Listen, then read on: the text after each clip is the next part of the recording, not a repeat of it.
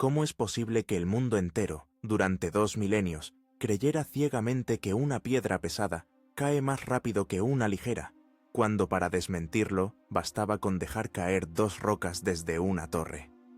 ¿Por qué los planos detallados de una turbina de vapor, diseñados más de 100 años antes de nuestra era, fueron relegados al olvido como un simple juguete durante 1500 años, retrasando la revolución industrial en 1 milenio y medio?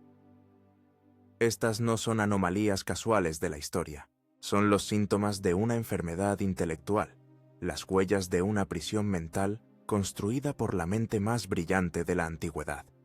Una prisión tan perfecta, tan lógicamente impecable, que la humanidad no solo no se dio cuenta de sus barrotes, sino que los amó, los defendió con sangre y fuego, y llamó hereje a todo aquel que osara mirar más allá.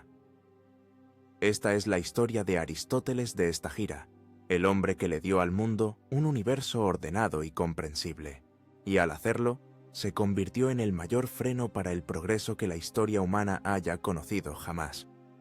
Su legado no es solo una colección de textos, es un thriller intelectual, una crónica de cómo la sed de respuestas definitivas puede convertirse en una tiranía para el pensamiento. La tragedia comenzó, como suelen hacerlo las grandes tragedias, con una ambición sublime. Aristóteles no quería simplemente entender una parte del mundo, quería entenderlo todo, mientras sus predecesores, los atomistas como Demócrito, proponían un universo caótico de partículas invisibles en un vacío infinito, una idea inquietante y abstracta. Aristóteles ofreció una visión reconfortante y tangible. No hay vacío, afirmaba. La naturaleza aborrece el vacío. Todo el cosmos está lleno. Es un todo orgánico y con un propósito.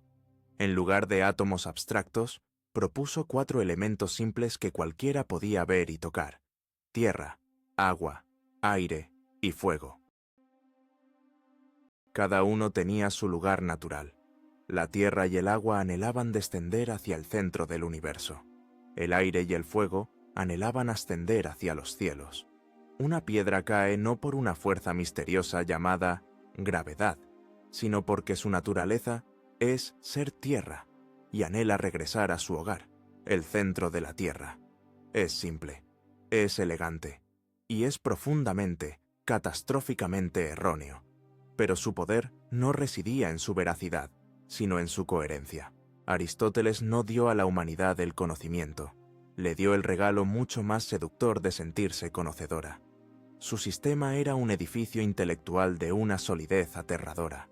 Construyó una lógica formal, el silogismo, una herramienta tan poderosa para estructurar el pensamiento que parecía infalible. Si las premisas son correctas, la conclusión debe serlo. El problema surgió cuando las premisas mismas no se basaban en la observación, sino en la evidencia y la especulación.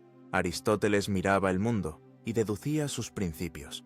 Veía caer una hoja más lentamente que una roca y concluía que los objetos más pesados caen más rápido. No se le ocurrió cronometrar la caída, ni considerar la resistencia del aire. No lo necesitaba. La conclusión fluía lógicamente de su visión del mundo.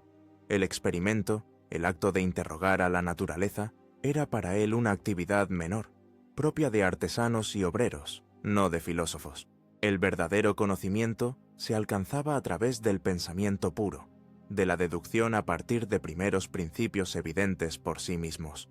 Y así, la herramienta más poderosa de la ciencia, la experimentación, fue devaluada y marginada en su mismo nacimiento. Las primeras víctimas de esta elegante prisión fueron las ideas alternativas, las intuiciones casi místicas de los pitagóricos sobre un universo gobernado por las matemáticas fueron descartadas. La brillante conjetura de los atomistas sobre la materia fue ridiculizada como ilógica. ¿Cómo podría haber movimiento en un vacío si no había nada que lo diferenciara? ¿Cómo podrían los átomos sin propósito crear un mundo tan ordenado?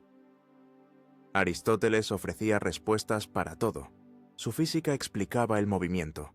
Su biología clasificaba a todos los seres vivos en una escalera de la naturaleza, desde los gusanos hasta el hombre. Su cosmología situaba a la Tierra, inmóvil y central, en el corazón de un universo de esferas de cristal perfectas en las que giraban el Sol, la Luna y los planetas. Su metafísica hablaba del motor inmóvil, una causa primera que daba sentido y propósito a todo el cosmos. Era una teoría del todo, una visión del mundo completa, cerrada y autosuficiente. No había preguntas que no pudiera responder, ni misterios que no pudiera explicar. La humanidad había encontrado por fin su manual de instrucciones para el universo, y con un suspiro de alivio, cerró la puerta de la celda desde dentro. La ironía es que el propio Aristóteles era un observador agudo de la naturaleza, especialmente en el campo de la biología. Sus descripciones de la vida marina son asombrosamente precisas para su época, pero su método lo traicionó. Cuando la observación contradecía su teoría, era la observación la que se descartaba, no la teoría. Este es el pecado original del dogma, la creencia de que el mapa es más real que el territorio.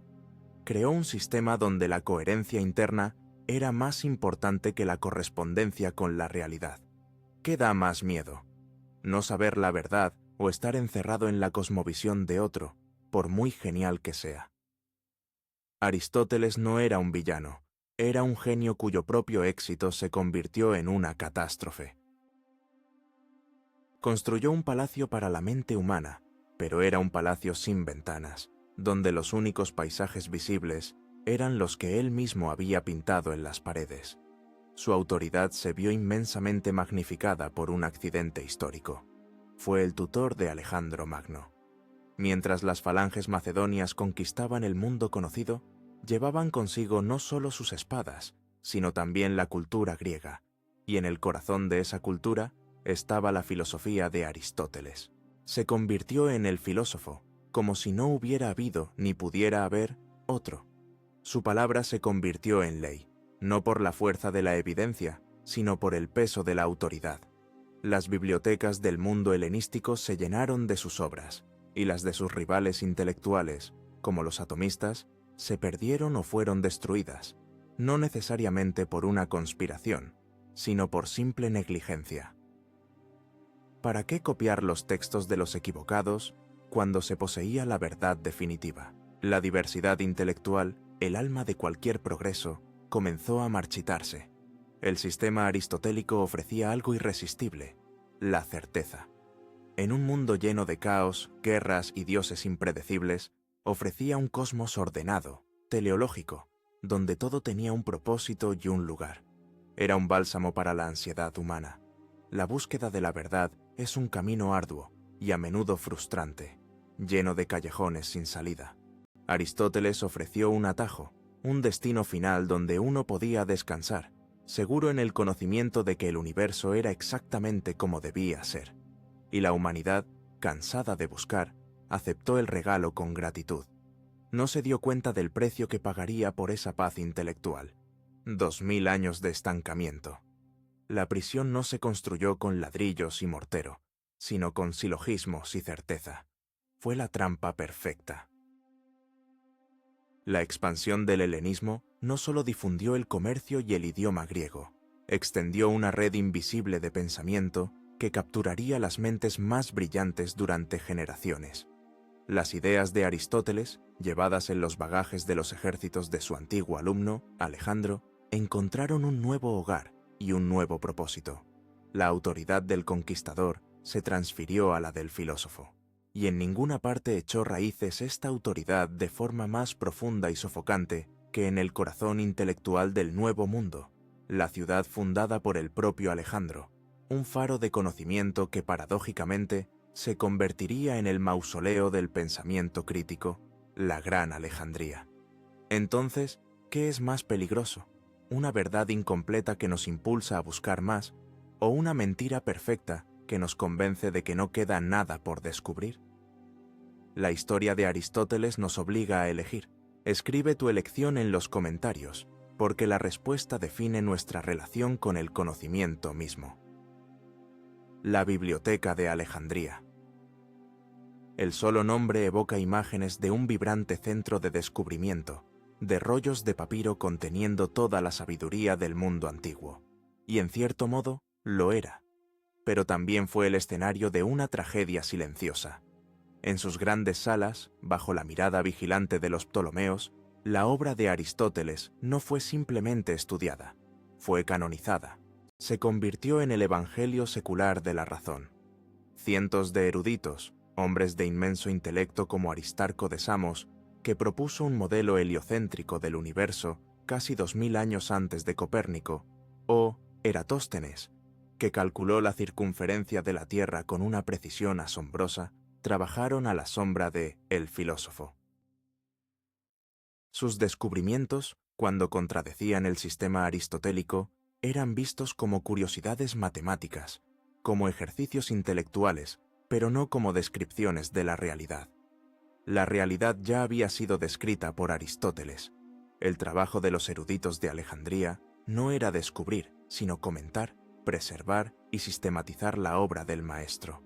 Se convirtieron en los sumos sacerdotes de un culto al pasado. El ambiente en la biblioteca no era de debate feroz, sino de exégesis reverente. Discutir con Aristóteles no era un signo de una mente inquisitiva, sino de simple ignorancia. Ipse dixit, él mismo lo dijo, se convirtió en el argumento definitivo que zanjaba cualquier debate. El mayor depósito de conocimiento del mundo antiguo se transformó así en el bastión de un único y fatalmente erróneo punto de vista. Fue aquí donde la ciencia, como proceso de cuestionamiento y experimentación, murió en su cuna. Los textos de Aristóteles se copiaban con una devoción casi religiosa. Se les añadían escolios y comentarios. Se creaban compendios de sus compendios. La actividad intelectual se convirtió en un eco que resonaba en un laberinto de citas. La pregunta dejó de ser ¿qué es verdad?, para convertirse en ¿qué dijo Aristóteles al respecto?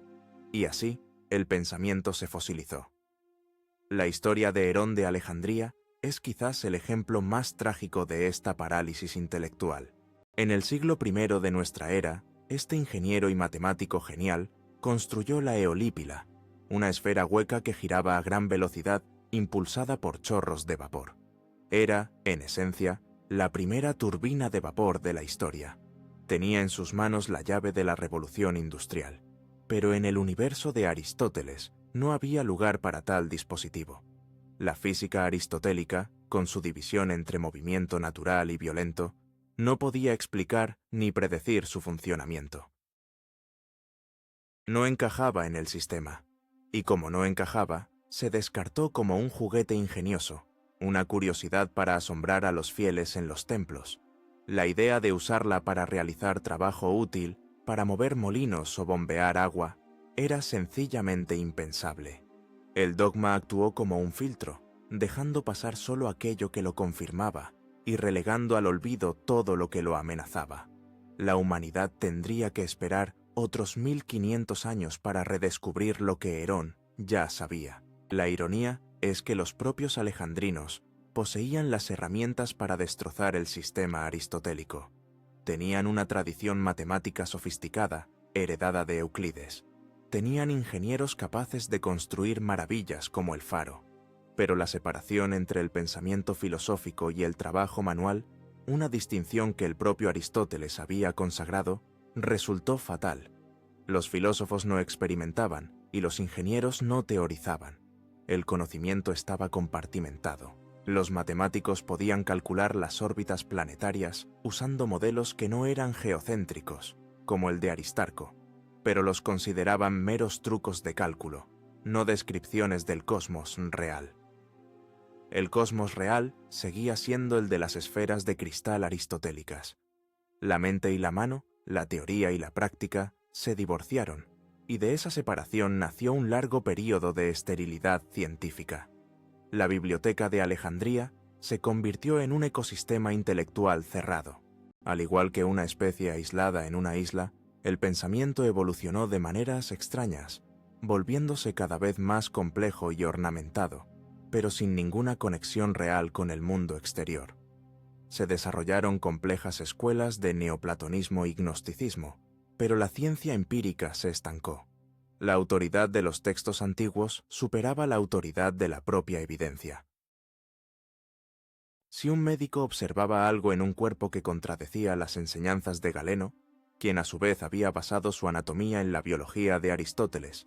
Se asumía que el cuerpo del paciente era anómalo o que los ojos del médico le engañaban. El texto no podía estar equivocado. Esta es la esencia de la escolástica que dominaría Europa un milenio después, pero sus raíces se encuentran aquí, en el cálido clima de Egipto, entre los estantes de papiro de Alejandría. El fin de este mundo llegó con fuego y violencia. La destrucción gradual de la biblioteca de Alejandría, en una serie de conflictos a lo largo de varios siglos, fue una catástrofe cultural innegable. Se perdieron innumerables obras de literatura, historia y ciencia.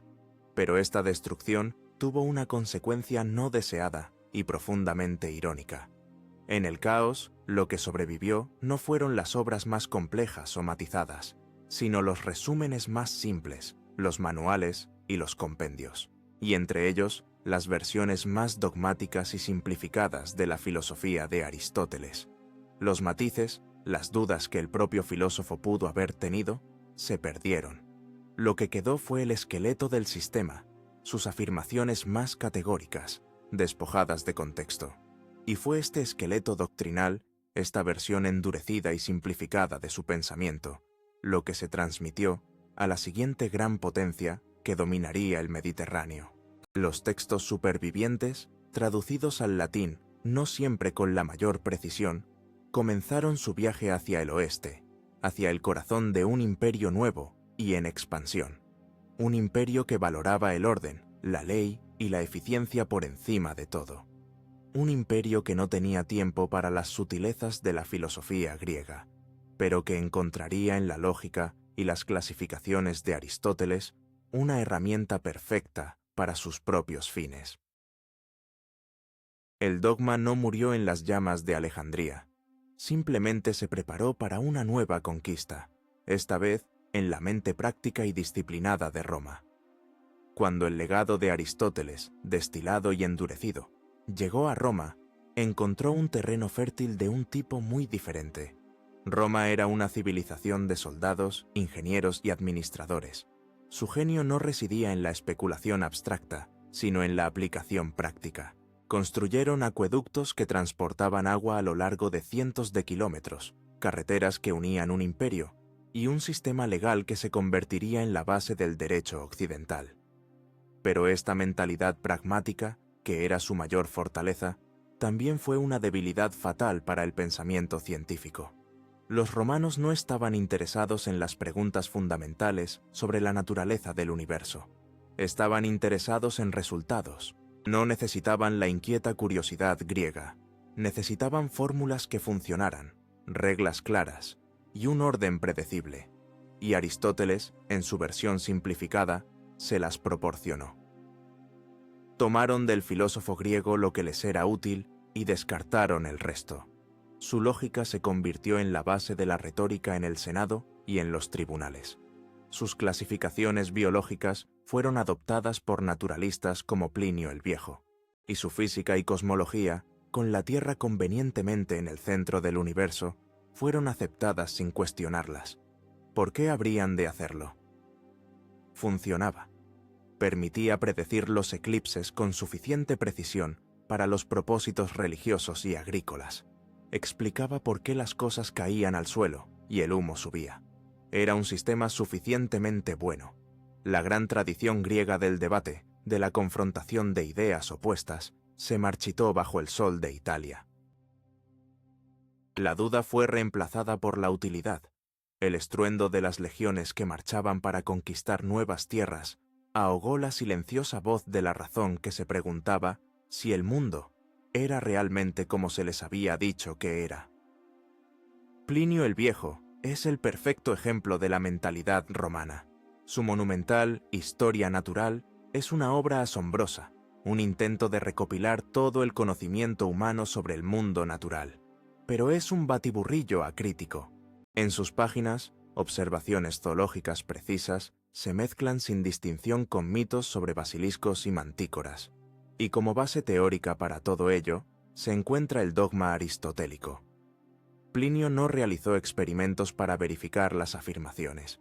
Recopiló lo que otros habían escrito, principalmente Aristóteles y sus seguidores, y lo presentó como un hecho.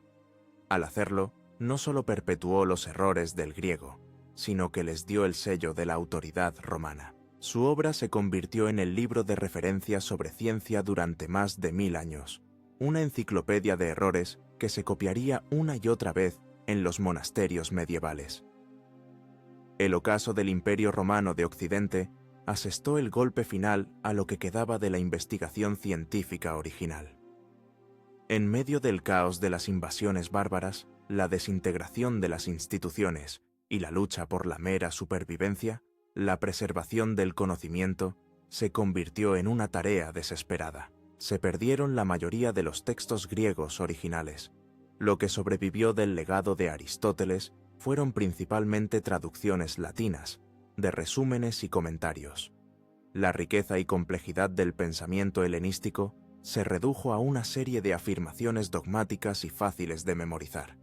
La ciencia se convirtió en un catecismo. La Tierra está en el centro. Hay 4 elementos. Los objetos pesados caen más rápido. Estas no eran teorías que debían ser probadas, sino verdades que debían ser creídas. En los scriptoria de los monasterios, los monjes copiaban diligentemente estos fragmentos de conocimiento perdido. Hicieron un trabajo heroico de preservación, pero no de investigación.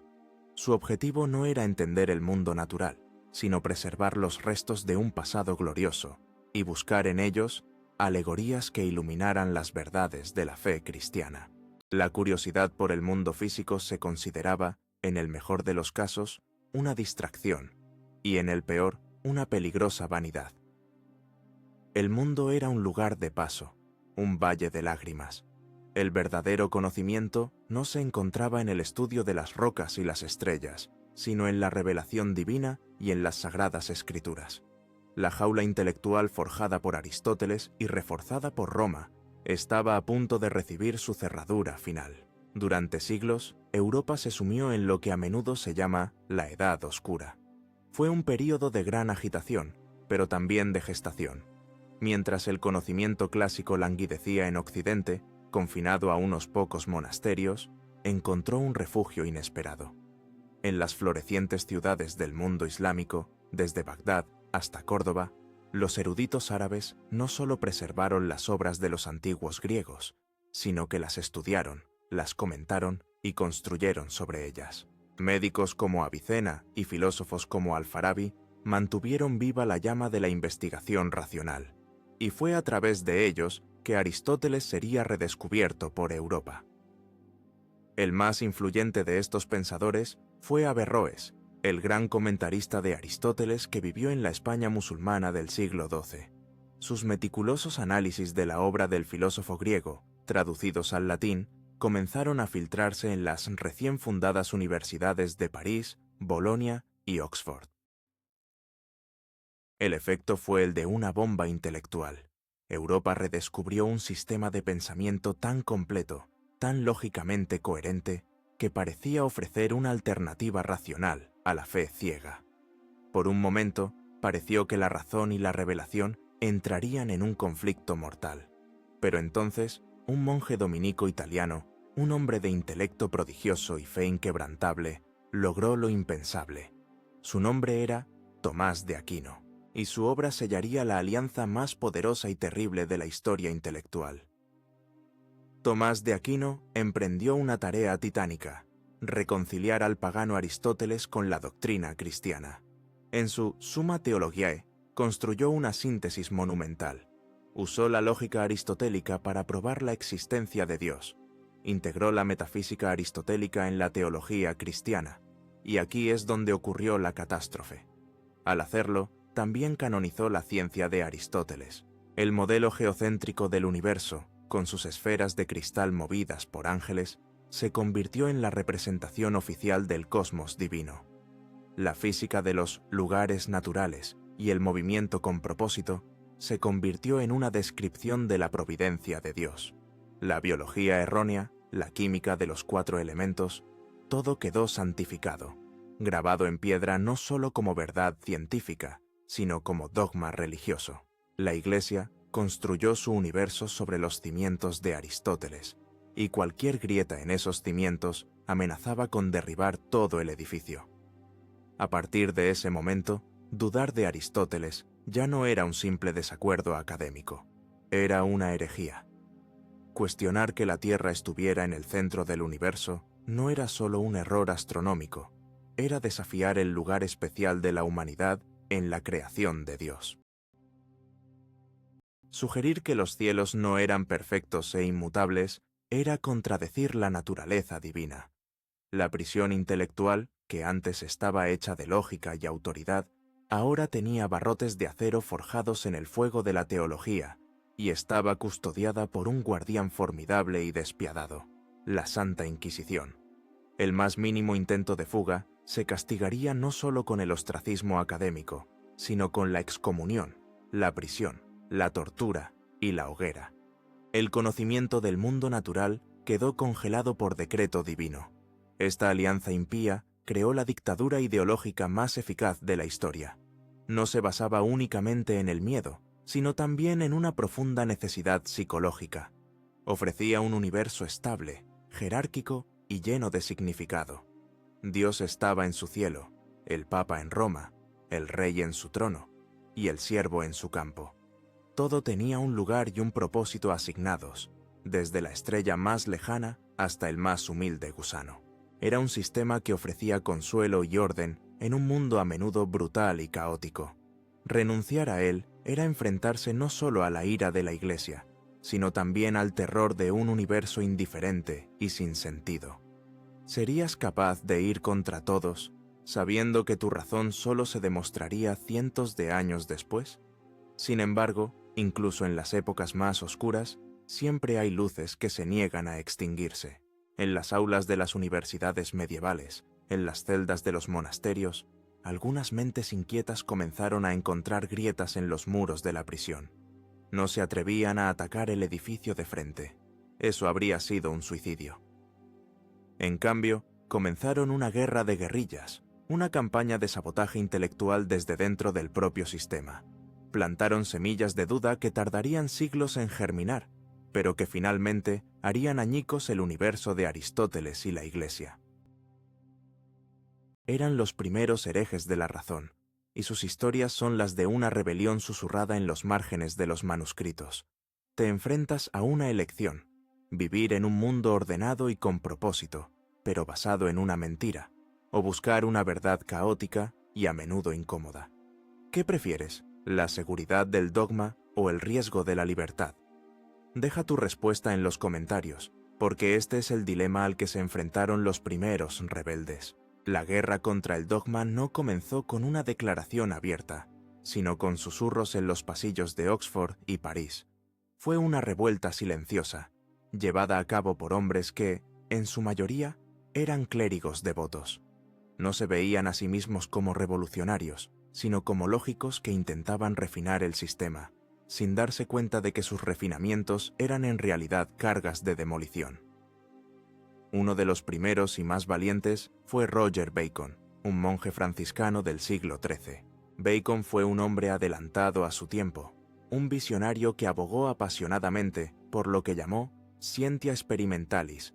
Sostuvo que el conocimiento verdadero no podía provenir de la lectura de textos antiguos, ni siquiera de la deducción lógica, sino de la experiencia directa y la experimentación. El argumento no prueba nada, escribió, pero la experiencia sí. En un mundo que se basaba en la autoridad de ipse dixit, esta era una idea radical y peligrosa. Bacon investigó la óptica, experimentó con la pólvora y soñó con barcos y carruajes autopropulsados y máquinas voladoras. Pero sus novedades peligrosas y su carácter franco le granjearon la enemistad de sus superiores. Pasó muchos años de su vida bajo arresto domiciliario o en prisión, silenciado por el mismo sistema al que intentaba servir. Mientras Bacon languidecía, otros continuaron su trabajo de forma más sutil. En la Universidad de París, en el siglo XIV, un grupo de pensadores conocidos como los calculadores comenzaron a analizar el problema del movimiento de una manera que socavaba directamente la física de Aristóteles. Según Aristóteles, un objeto lanzado, como una flecha, se mantenía en movimiento porque el aire desplazado por delante se arremolinaba por detrás y la empujaba. Era una explicación torpe y obviamente incorrecta, pero era la única que el sistema permitía. Jean Buridan, uno de los lógicos más brillantes de la Edad Media, propuso una idea revolucionaria, la teoría del ímpetu. Sugirió que cuando un objeto es lanzado, el lanzador le imprime una cualidad o fuerza llamada ímpetu, que es lo que lo mantiene en movimiento.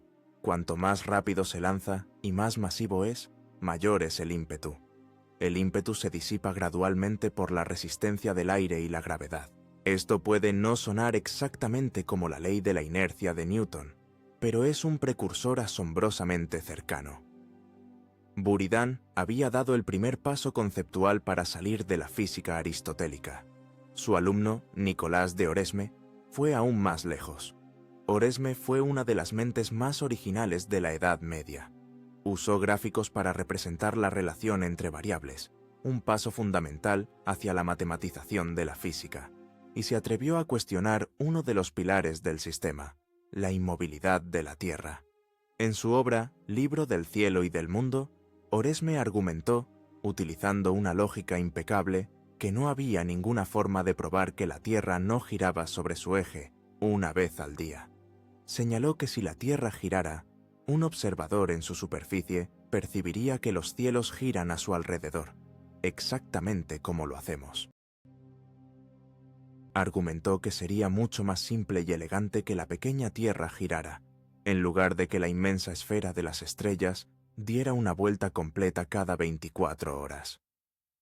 Al final, después de presentar todos los argumentos a favor de la rotación de la Tierra, concluyó tímidamente que, a pesar de todo, la creencia común y la fe dictaban que la Tierra estaba inmóvil.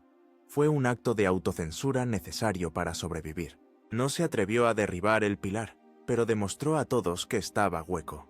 Estos hombres no eran héroes en el sentido tradicional. No montaron barricadas ni publicaron manifiestos revolucionarios. Eran saboteadores intelectuales.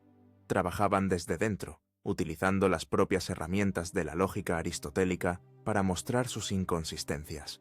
Sus obras, a menudo escritas en un latín académico denso y lleno de jerga, circulaban en forma de manuscritos entre un pequeño círculo de eruditos. No provocaron una revolución inmediata, pero plantaron minas de tiempo bajo los cimientos del edificio aristotélico.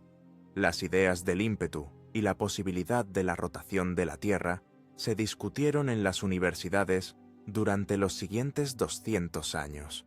No eran la doctrina oficial, pero eran una alternativa conocida, una hipótesis que mantenía viva la llama del pensamiento crítico. Estaban afilando las armas intelectuales que los gigantes del Renacimiento usarían para lanzar el asalto final. Esta guerra clandestina se libraba no solo en la física, sino también en la filosofía. Los nominalistas, como Guillermo de Ockham, desafiaron la creencia aristotélica en las esencias universales. Ockham argumentó que solo existen los individuos particulares. Conceptos como humanidad o caballo son solo nombres, etiquetas convenientes que usamos para agrupar cosas similares. Esta idea, conocida como la navaja de Ockham, el principio de que la explicación más simple suele ser la correcta, tenía implicaciones radicales. Si no existen esencias universales, entonces el conocimiento no puede derivarse de la contemplación de estas esencias, como sostenía Aristóteles. Debe provenir de la observación de los individuos particulares. El nominalismo, sin proponérselo, estaba sentando las bases filosóficas del empirismo y la ciencia moderna. Cada duda, cada argumento sutil, era una piedra que se arrancaba del muro de la prisión. El coraje de estos pensadores no debe subestimarse. Vivían en un mundo donde la conformidad intelectual no era solo una expectativa, sino una cuestión de salvación eterna. Arriesgaron sus carreras, su libertad y, en algunos casos, sus vidas. Personajes como Cecco d'Ascoli, un astrólogo y filósofo, fue quemado en la hoguera en Florencia en 1327, en parte por su creencia en ideas que contradecían la doctrina oficial. La amenaza de la Inquisición era real y omnipresente. Sin embargo, la curiosidad humana es una fuerza poderosa. Incluso bajo la sombra de la hoguera, las mentes valientes seguían preguntándose, ¿y sí? ¿Y si Aristóteles se equivocó? La acumulación de estas anomalías y críticas internas debilitó el sistema desde dentro. Para finales del siglo XV, el edificio del escolasticismo aristotélico, aunque todavía imponente, estaba lleno de grietas. La invención de la imprenta significó que las ideas críticas podían difundirse más rápido y más lejos que nunca. El descubrimiento del Nuevo Mundo por Colón destrozó la geografía antigua y demostró que los antiguos no lo sabían todo. Un nuevo espíritu de confianza en la capacidad humana estaba naciendo: el Renacimiento. El escenario estaba listo para un ataque frontal. La rebelión susurrada estaba a punto de convertirse en una guerra abierta. Y el primer disparo de esa guerra no fue una bala de cañón, sino la publicación de un libro por un clérigo polaco llamado Nicolás Copérnico. Un libro que movió la tierra y sacudió los cimientos del cielo. Su obra, sin embargo, estaba escrita en el lenguaje arcano de las matemáticas, destinada a unos pocos expertos. La verdadera batalla, la que se libraría en la plaza pública, requeriría un campeón de otro tipo. Un hombre con la agudeza de un científico, la elocuencia de un poeta y la valentía de un guerrero. Un hombre que apuntaría un nuevo y terrible instrumento hacia los cielos y traería el universo aristotélico cristiano a su fin. Su nombre era Galileo Galilei. La revolución iniciada por Copérnico con su De Revolutionibus Orbium Coelestium fue un terremoto, pero su epicentro estaba oculto en complejas tablas matemáticas. Copérnico, un hombre cauteloso, retrasó la publicación de su obra hasta su lecho de muerte, y su editor añadió un prefacio no autorizado en el que se afirmaba que el modelo heliocéntrico era solo una herramienta de cálculo, una hipótesis matemática, no una descripción de la realidad física. Esto calmó a la Iglesia durante un tiempo, pero la idea estaba ahí fuera, y fue Galileo Galilei quien la tomó de las páginas de los eruditos y la convirtió en un arma. Galileo no era solo un astrónomo, era un polemista brillante, un escritor soberbio en lengua vernácula italiana y un genio de la autopromoción. Entendió que para ganar la guerra no bastaba con convencer a otros matemáticos, había que convencer al mundo, y para ello necesitaba pruebas irrefutables. La primera batalla no se libró en los cielos, sino en la tierra. Fue un asalto directo y público a la física de Aristóteles. La leyenda cuenta que Galileo subió a la cima de la torre inclinada de Pisa y dejó caer 2 bolas de cañón de diferente peso, que para asombro de los profesores aristotélicos reunidos abajo, tocaron el suelo al mismo tiempo. Es probable que la historia sea apócrifa, pero capta perfectamente el espíritu del método de Galileo. No confíes en la autoridad, confía en tus ojos. Realizó experimentos meticulosos con planos inclinados, haciendo rodar bolas y midiendo el tiempo que tardaban, demostrando que la aceleración de un objeto en caída es constante, independientemente de su peso. Cada experimento era una bofetada a 2000 años de dogma. Era la demostración pública de que Aristóteles, el filósofo, estaba simplemente equivocado. Estaba llevando la guerra del ámbito de la especulación al del hecho empírico.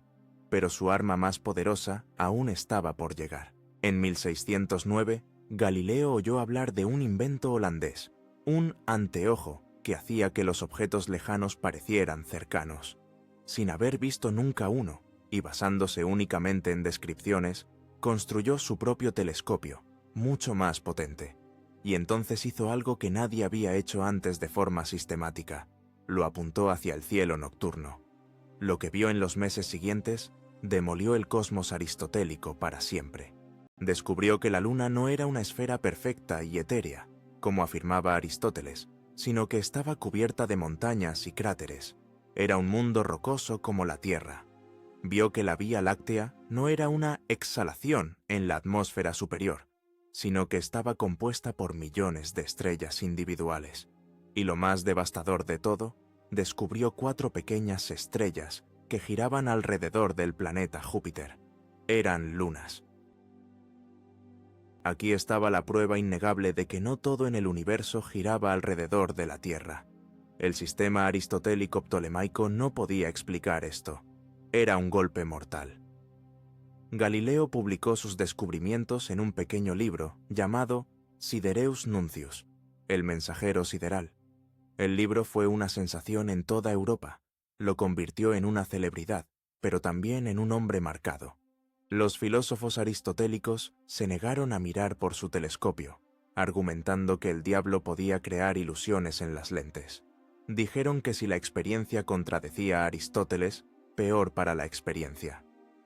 La Iglesia, que al principio se había mostrado curiosa, empezó a alarmarse. Las implicaciones teológicas de los descubrimientos de Galileo eran aterradoras. Si la Tierra era solo un planeta más, ¿qué pasaba con la encarnación y la redención? Si había otros mundos, ¿tenían también sus propios Adanes y Evas? Las grietas que Galileo estaba abriendo en los muros de los observatorios se extendían hasta los cimientos de las catedrales. La culminación de este drama fue el juicio de Galileo por la Inquisición en 1633. No fue un debate científico, fue un acto de poder. Se le acusó de violar un edicto de 1616 que le prohibía sostener o defender la doctrina copernicana. Bajo amenaza de tortura, el anciano y enfermo Galileo, con casi 70 años, fue obligado a arrodillarse y abjurar de sus creencias. Fue condenado a arresto domiciliario por el resto de su vida. El sistema había ganado. La autoridad había aplastado al hecho, pero fue una victoria pírrica. La leyenda dice que mientras se levantaba, Galileo murmuró, «Eppur si muove», y sin embargo se mueve. Sea cierto o no, la frase encapsula la verdad de la situación. La Inquisición podía obligar a un hombre a guardar silencio, pero no podía impedir que la Tierra girara. La Iglesia había ganado la batalla contra Galileo, pero había perdido la guerra por la credibilidad intelectual. El enfrentamiento de Galileo con la Inquisición es uno de los momentos más dramáticos de la historia de la ciencia. Es el choque de dos visiones del mundo irreconciliables. Por un lado, un mundo cerrado, jerárquico y basado en la autoridad de textos antiguos. Por otro, un universo abierto, explorado a través de la observación y el experimento. Galileo no solo destruyó las esferas de cristal de Aristóteles, destruyó la idea de que la verdad puede ser dictada por decreto. Demostró que la realidad no se somete a los deseos humanos ni a los dogmas teológicos. Simplemente es, y al hacerlo, abrió la puerta a un nuevo universo.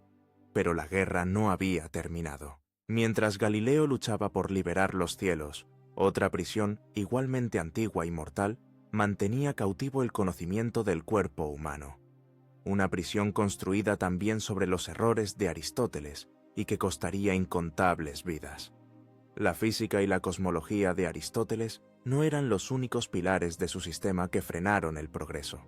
Sus ideas sobre el mundo viviente, aunque en algunos aspectos eran observaciones notables para su época, también estaban plagadas de errores fundamentales que, una vez canonizados, se convirtieron en un obstáculo mortal para el desarrollo de la medicina. Aristóteles creía, por ejemplo, que el cerebro servía para enfriar la sangre, mientras que el centro de la razón y las emociones era el corazón. Enseñó la doctrina de la generación espontánea, la idea de que la vida compleja, como los gusanos o los ratones, podía surgir espontáneamente de la materia inanimada, como el barro o la ropa sucia, y su anatomía, basada principalmente en la disección de animales, estaba llena de extrapolaciones incorrectas al cuerpo humano. Estos errores fueron recogidos y sistematizados por el médico romano Galeno de Pérgamo en el siglo II, cuya vasta obra se convirtió en la Biblia médica durante los siguientes 1500 años. Y como Galeno se basaba en Aristóteles y más tarde la Iglesia santificó la obra de ambos, la medicina quedó atrapada en una camisa de fuerza dogmática.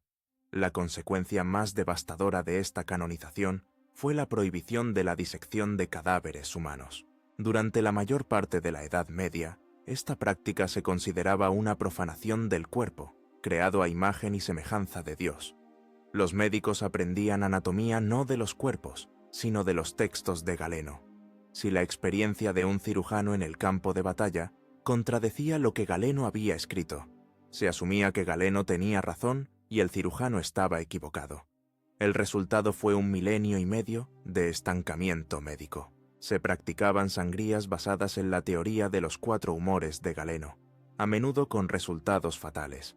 Las cirugías eran carnicerías brutales, realizadas con una ignorancia casi total de la estructura interna del cuerpo. Millones de personas murieron de enfermedades y lesiones que podrían haberse tratado si los médicos hubieran tenido la libertad de estudiar la máquina más compleja del universo, el cuerpo humano. La rebelión contra esta tiranía médica comenzó en los teatros de anatomía del Renacimiento, y su líder fue un joven y audaz flamenco llamado Andrés Vesalio. Como estudiante de medicina en París, Vesalio se sintió frustrado al ver a sus profesores leer pasajes de Galeno mientras un barbero cirujano analfabeto realizaba torpemente una disección. Decidió que aprendería anatomía con sus propias manos. Desafió la prohibición, a menudo robando cuerpos de los cementerios y patíbulos por la noche para poder diseccionarlos en secreto. Lo que descubrió fue asombroso. Galeno, y por extensión Aristóteles, se había equivocado en cientos de puntos. El esternón humano no tenía 7 segmentos como en los monos. La mandíbula humana era un solo hueso, no 2. El corazón no tenía los poros que Galeno había postulado para explicar cómo la sangre pasaba de un lado a otro. El mapa anatómico que se había utilizado durante 1,5 años era incorrecto. En 1543, el mismo año en que Copérnico publicó su obra revolucionaria, Vesalio publicó la suya, De Humani Corporis Fabrica, sobre la estructura del cuerpo humano. Fue uno de los libros más importantes y bellos jamás publicados. Con sus magníficas y detalladas ilustraciones, basadas en la observación directa, destrozó la autoridad de Galeno. Fue una declaración de independencia para la medicina. Vesalio demostró que la verdad sobre el cuerpo humano no se encontraba en los textos antiguos, sino en el propio cuerpo. El libro provocó una tormenta de controversias. Vesalio fue atacado ferozmente por los galenistas tradicionales, que lo acusaron de impiedad y arrogancia. Descorazonado, quemó muchos de sus manuscritos y abandonó su investigación para convertirse en el médico de la corte del emperador Carlos V. Pero el daño al dogma ya estaba hecho. La anatomía moderna había nacido. Otro pilar de la biología aristotélica, la generación espontánea, tardó aún más en caer. La idea de que los ratones podían nacer de trapos viejos y trigo, o que los gusanos se formaban a partir de la carne en descomposición, parecía confirmada por la observación cotidiana. No fue hasta la invención del microscopio en el siglo XVII que esta idea pudo ser seriamente desafiada. Un comerciante de telas holandés y científico aficionado, Antony van Leeuwenhoek, pulió lentes de una calidad sin precedentes y abrió una ventana a un universo invisible. Descubrió bacterias, espermatozoides, glóbulos rojos, vio un mundo de vida bullendo en una gota de agua. Su trabajo sugirió que la generación espontánea podría no ser tan espontánea después de todo, sino el resultado de la reproducción de organismos demasiado pequeños para ser vistos. A pesar de sus descubrimientos, la idea de la generación espontánea persistió de alguna forma hasta que fue refutada definitivamente por los experimentos de Louis Pasteur en el siglo XIX. El fantasma de Aristóteles era difícil de exorcizar. La lucha por liberar a la medicina y la biología del dogma aristotélico fue una batalla larga y a menudo sangrienta, librada no en los campos de batalla, sino en los teatros de anatomía y en los laboratorios. Cada nuevo descubrimiento era un acto de rebelión. Cada disección era un desafío a la autoridad. Fue una guerra por el derecho a conocer nuestros propios cuerpos. Una guerra que demostró que la ignorancia, cuando se convierte en dogma, no es solo un obstáculo para el progreso, sino una sentencia de muerte. Mientras la anatomía de Vesalio revelaba la compleja maquinaria del cuerpo, en Inglaterra, otro genio solitario estaba a punto de descubrir las leyes que gobernaban la maquinaria del propio cosmos, completando la revolución que Galileo había comenzado y desmantelando la prisión aristotélica de una vez por todas. ¿Qué es más valioso para la humanidad? ¿La confianza ciega en una autoridad que ofrece respuestas simples o el escepticismo metódico que exige pruebas rigurosas? La historia de la medicina nos obliga a tomar partido. Comparte tu elección en los comentarios. Si Galileo derribó los muros de la prisión aristotélica, fue Isaac Newton quien diseñó y construyó un universo completamente nuevo sobre sus ruinas. Newton, un hombre de intelecto casi sobrehumano, solitario e intensamente reservado, completó la revolución científica que se había estado gestando durante siglos. Su obra magna, Philosophiae Naturalis Principia Mathematica, Principios Matemáticos de la Filosofía Natural, publicada en 1687, es quizás el libro científico más importante jamás escrito. No solo refutaba la física de Aristóteles, la hacía irrelevante, la relegaba a una nota a pie de página en la historia del pensamiento.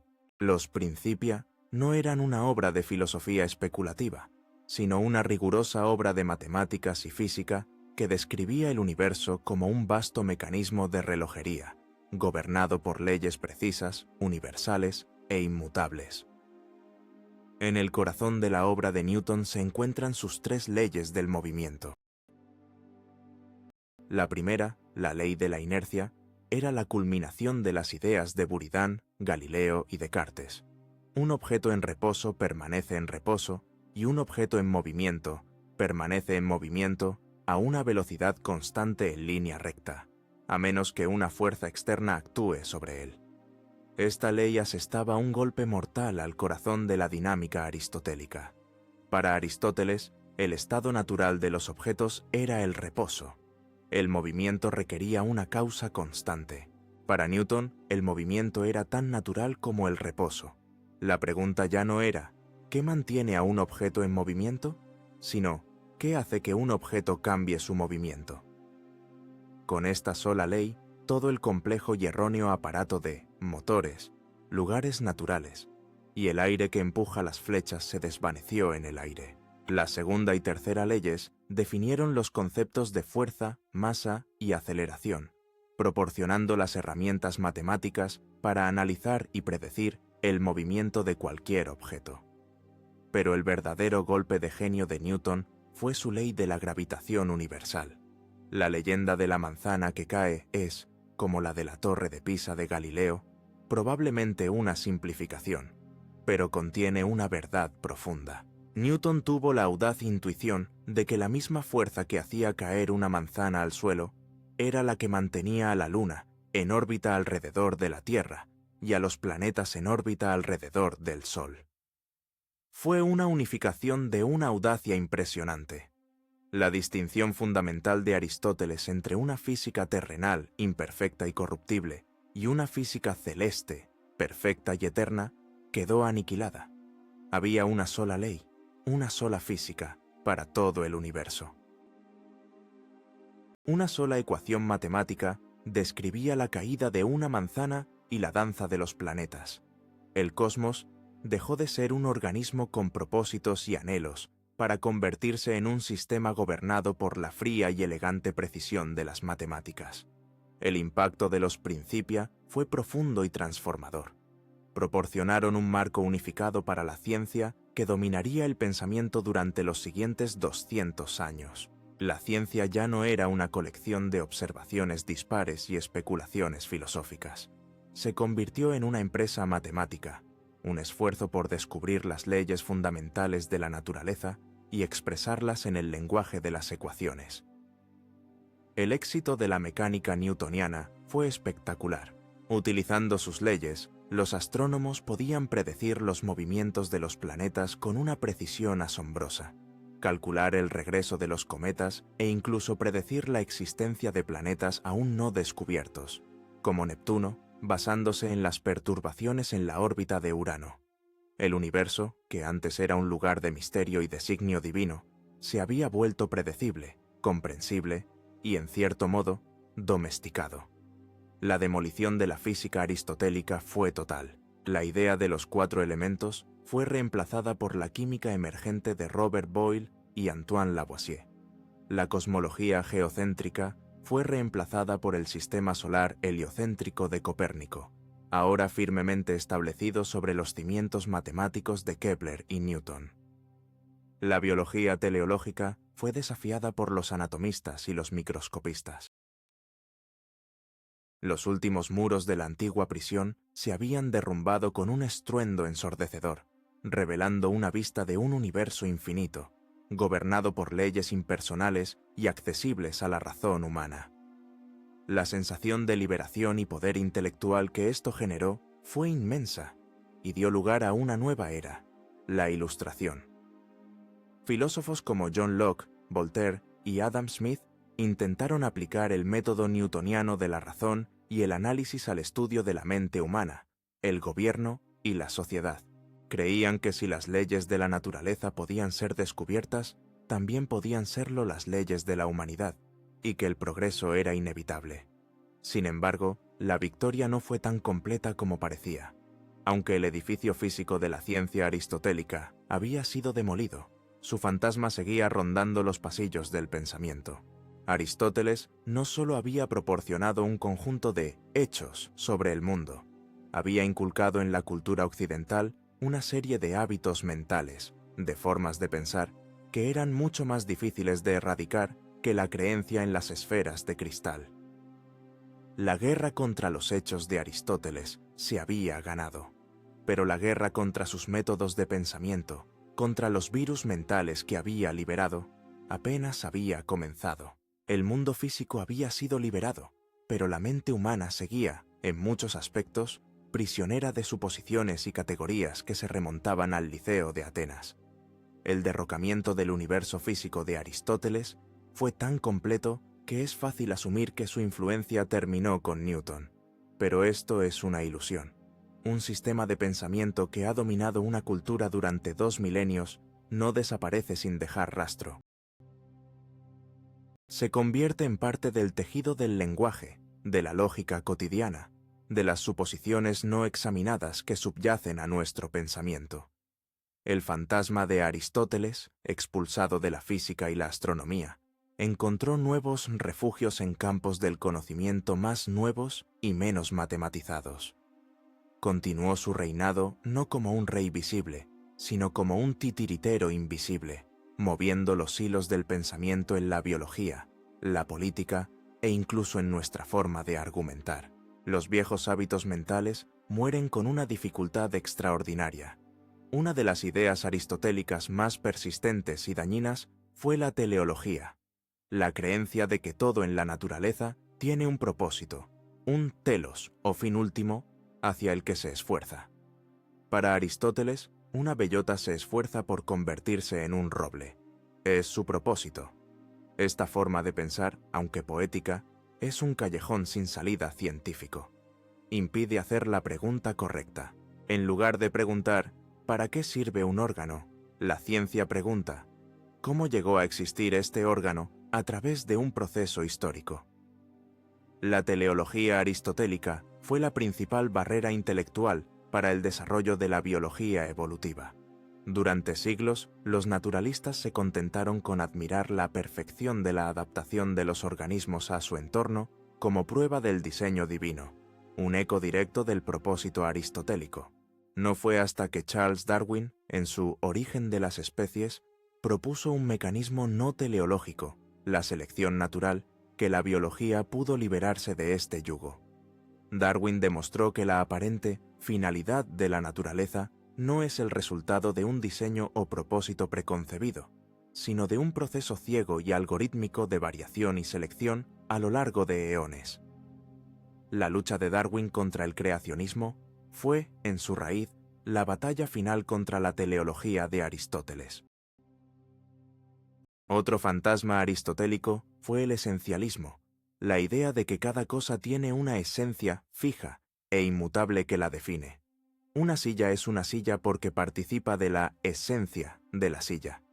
Para Aristóteles, las especies biológicas eran así, fijas y eternas. Un gato es un gato y un perro es un perro, y sus esencias son inmutables. Esta idea hizo que el concepto mismo de evolución fuera impensable. ¿Cómo podría una especie transformarse en otra si sus esencias son fijas? Darwin tuvo que demoler no solo la teleología, sino también el esencialismo, reemplazándolo por el pensamiento poblacional. Para Darwin, una especie no es una entidad con una esencia, sino una población de individuos que varían. Es esta variación la materia prima de la evolución.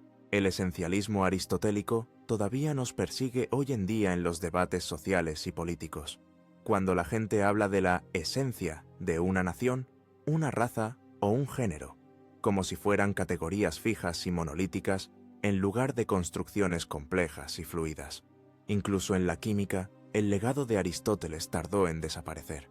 La idea de los 4 elementos, tierra, agua, aire, fuego, y sus cualidades, caliente, frío, húmedo, seco, dominó el pensamiento alquímico durante siglos, enviando a generaciones de investigadores por el camino equivocado de la transmutación de los metales. Fue solo con el desarrollo de la teoría atómica moderna, un renacimiento de las ideas del denostado Demócrito, que la química pudo establecerse como una verdadera ciencia. La lógica categórica de Aristóteles, con sus claras distinciones y su ley del medio excluido, algo es A o no hay término medio, aunque es una herramienta poderosa, también nos ha legado una tendencia a pensar en falsas dicotomías, bueno o malo, correcto o incorrecto, nosotros o ellos. El mundo real es a menudo analógico, no digital. Está lleno de matices, de espectros y de incertidumbre cuántica, cosas para las que la lógica aristotélica clásica está mal equipada. El fantasma de Aristóteles vive en nuestro lenguaje, en frases como el propósito de la vida o actuar contra natura. Vive en nuestra intuición, que a menudo nos dice, como a Aristóteles, que el movimiento requiere una fuerza constante, una falacia que los estudiantes de física tienen que desaprender. El reinado de 2000 años de El filósofo nos enseñó a buscar la certeza, a preferir las explicaciones que encajan en un sistema ordenado y a desconfiar de la ambigüedad y el azar. La ciencia moderna, por el contrario, se nutre de la incertidumbre. Sabe que todas las teorías son provisionales, que todas las verdades son susceptibles de ser revisadas. Es una lección que, como cultura, todavía estamos aprendiendo. Hemos desmantelado la prisión física, pero sus planos siguen incrustados en lo más profundo de nuestra psique cultural. Reconocer estos patrones de pensamiento es el primer paso para superarlos. La historia de la tiranía intelectual de Aristóteles no es solo una crónica del pasado. Es un espejo en el que podemos ver reflejadas nuestras propias tendencias a caer en el dogma, a aceptar la autoridad sin cuestionarla y a construir nuevas prisiones, esta vez no con esferas de cristal, sino con ideologías, paradigmas y certezas reconfortantes. La batalla final no es contra un filósofo muerto hace mucho tiempo, sino contra el Aristóteles que todos llevamos dentro. La historia del reinado de 2 milenios de Aristóteles termina, por tanto, no con una simple condena, sino con una pregunta inquietante y profundamente relevante para nuestra época. ¿Por qué tuvo tanto éxito su doctrina? ¿Por qué la humanidad abrazó con tanto fervor una visión del mundo que, en tantos aspectos, era demostrablemente falsa? La respuesta es incómoda, porque ofrecía consuelo, certeza y un sentido de orden en un universo que de otro modo parecería aterradoramente vasto, indiferente y caótico. Aristóteles no nos dio la verdad, pero nos dio un significado, y durante la mayor parte de la historia humana hemos valorado el significado por encima de la verdad. Su sistema era un mapa completo y detallado del cosmos y de nuestro lugar en él, y preferimos tener un mapa equivocado a no tener ningún mapa. La gran lección de esta larga saga no es que Aristóteles fuera un mal pensador. Al contrario, fue uno de los más grandes de la historia. La lección es sobre el peligro inherente a cualquier teoría del todo, a cualquier sistema de pensamiento, ya sea científico, político o religioso, que se declare a sí mismo como la verdad final y completa. En el momento en que una teoría deja de ser una herramienta para explorar la realidad y se convierte en una rejilla a través de la cual se debe ver la realidad, se transforma en una prisión.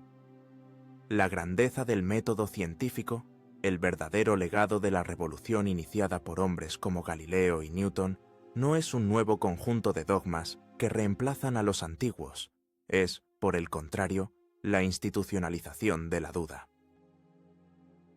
Es un sistema diseñado para cuestionar constantemente sus propias suposiciones, para poner a prueba sus propias teorías hasta el punto de ruptura.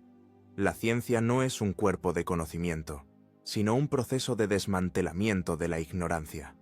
Hemos derrocado a Aristóteles, pero nuestra sed de certeza no ha desaparecido. No estamos constantemente en peligro de crear nuevos ídolos, nuevos sistemas cerrados que nos ofrecen la misma paz intelectual que el aristotelismo ofreció a nuestros antepasados?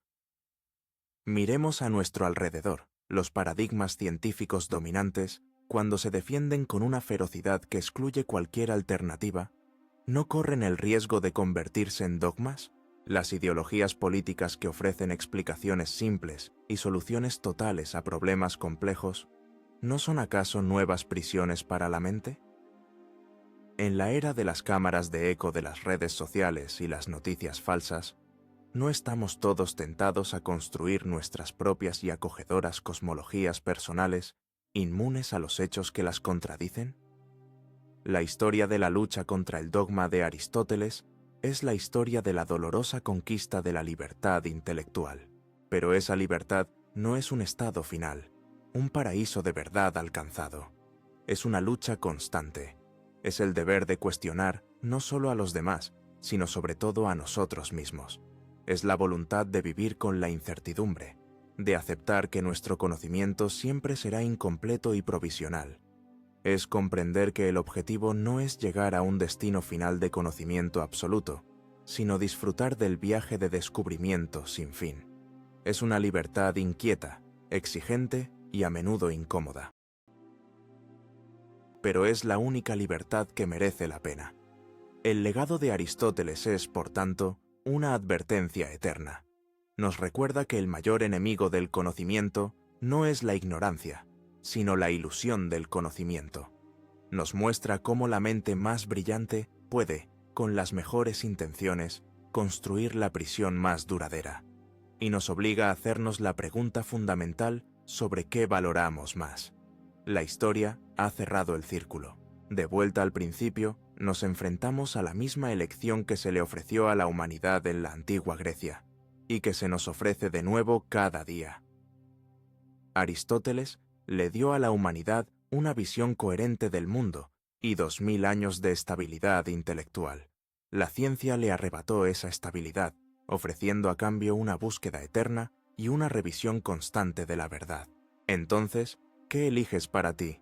¿El reconfortante orden de las respuestas ya dadas o la inquietante libertad de las preguntas interminables? Escribe tu elección en los comentarios, porque este debate no es historia antigua. Este debate continúa hoy, en cada uno de nosotros.